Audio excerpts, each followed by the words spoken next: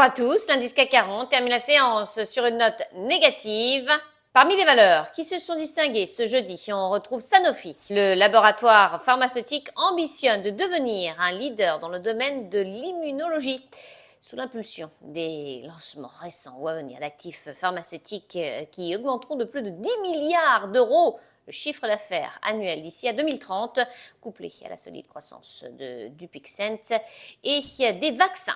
On passe à Danone. Selon Reuters, le groupe agroalimentaire serait en négociation exclusive avec une entreprise liée à la société italienne Ferrero concernant une cession potentielle de sa marque Michel et Augustin. Renault, le constructeur automobile, a de son côté lancé un plan de transformation en profondeur de son système industriel et annonce un objectif de réduction de ses coûts industriels par véhicule d'ici à 2027 de 30% sur les véhicules thermiques et de 50% sur les véhicules électriques. Dans le reste de l'actualité, on retrouve Saint-Gobain, le spécialiste des matériaux de construction a acquis Manco l'Industrie Private Limited, acteur indien de premier plan dans les systèmes d'étanchéité à haute valeur ajoutée.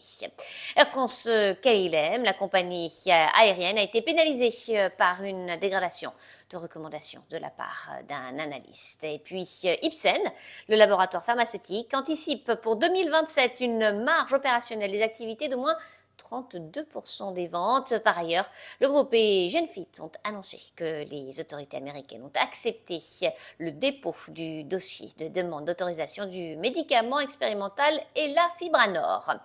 Et puis Worldline, le spécialiste des paiements électroniques, a reculé suite à une note négative de la part d'un analyste. Enfin, Safran, le motoriste et équipementier aéronautique et l'armée de l'air égyptienne ont signé un Memorandum of Understanding portant sur le déploiement de la nouvelle offre de service de Safran Aircraft Engines, Engine Life, au sein de l'armée de l'air égyptienne. À New York, Sabrina Cagliozzi pour Trading Central. Je vous souhaite une très belle fin de journée à tous. À demain.